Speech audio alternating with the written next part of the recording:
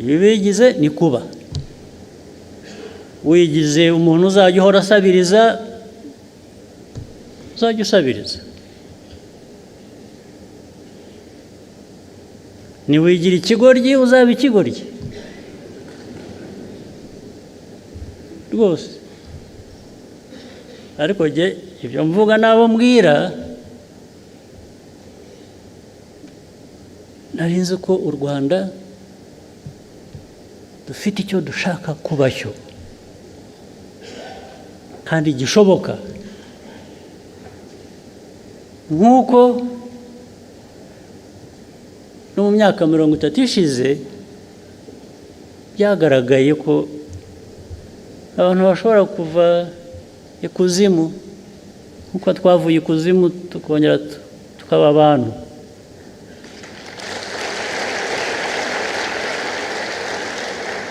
ibijyanye n'umutekano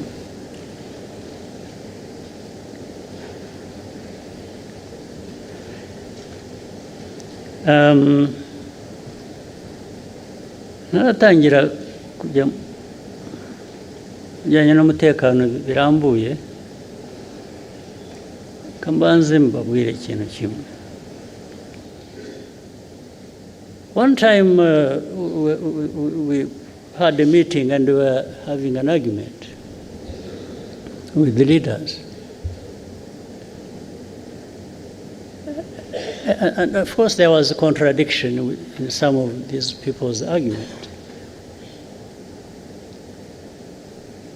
I asked specifically, I said, and asked that one responsible for Congo. I said, we are not going to address anything unless you come out clearly to tell us facts about this situation. I asked him, I said, are these people in M23 Congolese or not? And he said to me, and there were other leaders in the meeting, that absolutely, these are Congolese.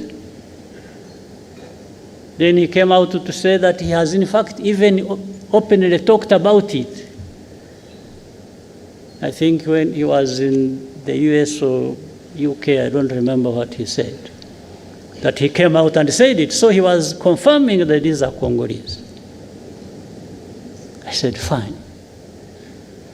So how do they become our problem? How do they become Rwanda's problem? I also asked him, I said, do you know when these people,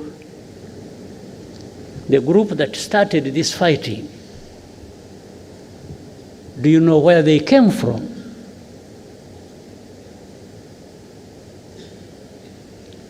In fact, before he answered,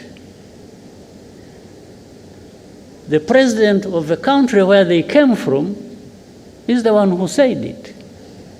He said, yeah, no, actually they came from, this man refused to solve their problems, and they decided to cross the border and go back where they belong. So then I asked him again, I said, so how do you keep associating Rwanda with this problem? Now, but when you see, then you would see you saw in the statements of different organizations and so, blaming Rwanda for M23 conflict in Eastern Congo. I cannot tell you the reasons exactly why that would be happening. Now, but I would ask people so. You may associate us with M23. You may blame us for everything, M23. What do you say about FDLR that is in Eastern Congo for the last 30 years, more or less? I thought even the forces, the UN forces that were put in Eastern Congo or in Congo were put there to actually address this problem and maybe other problems, but this one was the main one. But you've been there for decades. It has been so costly, but the problem is still there. And then some of them tried.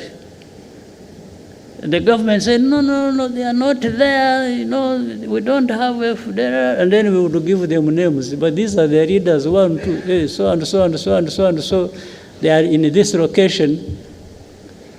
In fact, I one time told the president of DRC, no, I said, you don't know that these people are there in this place, that place, and they've been even manning roadblocks and they collect taxes.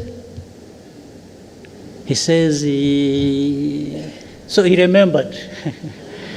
he remembered that has been happening. So I said, so what are we talking about? You have FDLR who have taken over territories in Eastern Congo and are collecting taxes, and you are telling me they are not there? So anyway, when all this came to some point, and this war was raging, and this time it turned into where the government in Kinshasa wanted to, they mobilized the people, they thought they would now throw M23, push them into Rwanda. And this still remains, by the way, the aim. This is the goal. So I told our friends, these powerful friends of ours, I've even said it publicly, when it comes to defending this country that has suffered for so long and nobody came to the help, I don't need permission from anybody.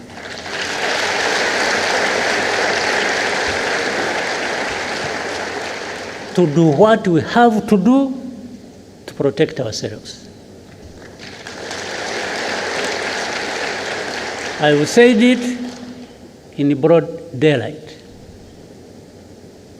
I have said it to those who matter in this problem. And that's what is going to happen. You go home, sleep, don't do anything. There will be nothing crossing these borders of this small country of ours.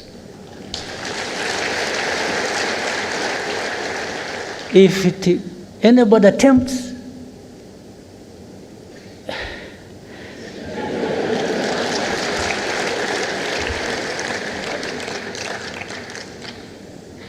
so ntimugatinye ibitumbaraye.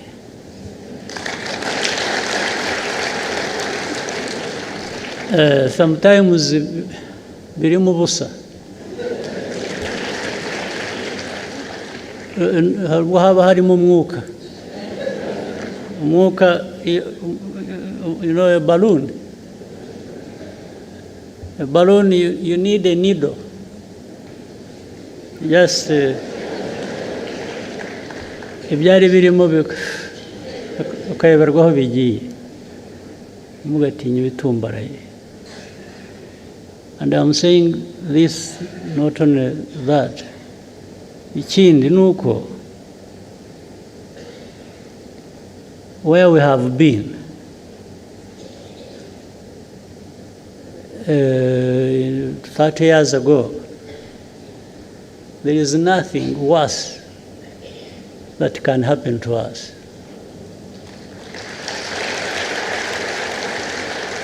Also, that means if you ever put us in a situation where we have to think like it's going back to to that time,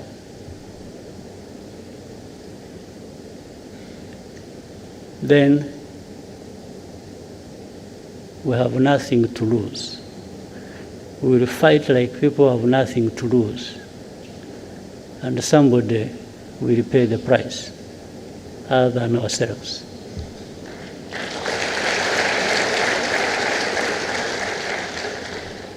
You have seen, I have not answered these insults that are coming from the south, from the west. Those ones don't kill. So I cannot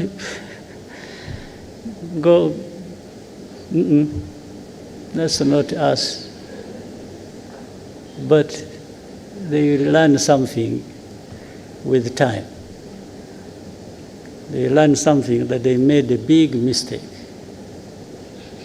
Absolutely, a big mistake.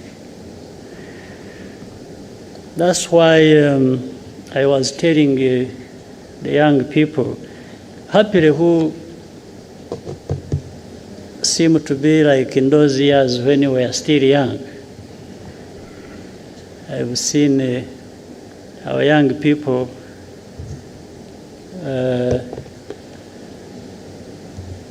they are really ready to fight for and defend this country.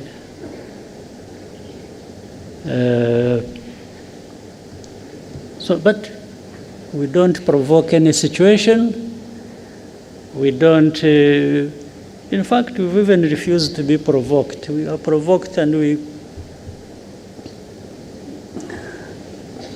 ignore it for as long as it hasn't crossed a certain line. But the rest, these are just words, people talking and here and there, blaming us for everything and making us carry our own burden, but also other people's burden. No, we carry our own burden. We know our burden we have to carry, but making me carry somebody else's burden is going to be a problem. It's really going to be a problem. It won't happen. So, for the defense of this country, when we are right, when we are attacked, I don't ask anybody's permission. Not at all.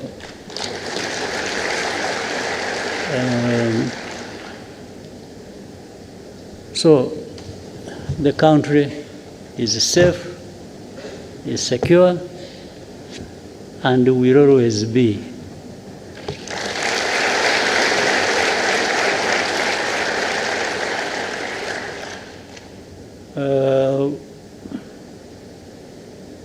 Those who are excited and because I'm told what you see happening in the West and then in the South, they are busy collecting the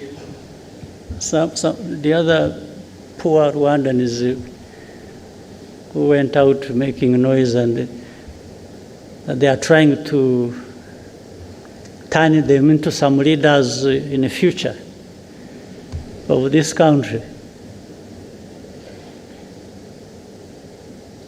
I'm not sure. I'm not sure because some of them either will be brought here by those people who are sent away. They will get tired of them and send, or I will go and collect them and bring them home and tell them how they were mistaken to live in the first place.